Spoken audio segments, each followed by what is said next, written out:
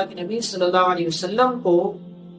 جادو کا علم ہوا اور آپ علیہ السلام کو یہ بات بھی معلوم ہو گئی کہ مجھے فلاں یہودی نے جادو کرایا ہے،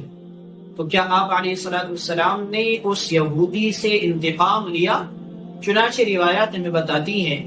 کہ اللہ کے نبی صلی اللہ علیہ وسلم نے اس یہودی سے کسی طرح کا کوئی انتقام نہیں لیا، یہاں تک کہ بعض روایات کے اندر آتا ہے کہ جب حضرات صحابہ کو اس بات کا علم ہوا کہ فلاں یہودی نے اللہ کے نبی صلی اللہ علیہ وسلم کے اوپر جادو کروایا تھا اور آپ علیہ السلام کے اوپر اس کا اثر ہوا تھا،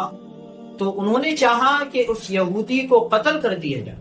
چنانچہ حضرات صحابہ نے اللہ کے نبی صلی اللہ علیہ وسلم سے اجازت مانگی کہ یا رسول اللہ، اگر آپ کی اجازت ہو تو ہم اس یہودی کو قتل کر دیں، لیکن آپ علیہ السلام نے کہا کہ اے میرے صحابہ،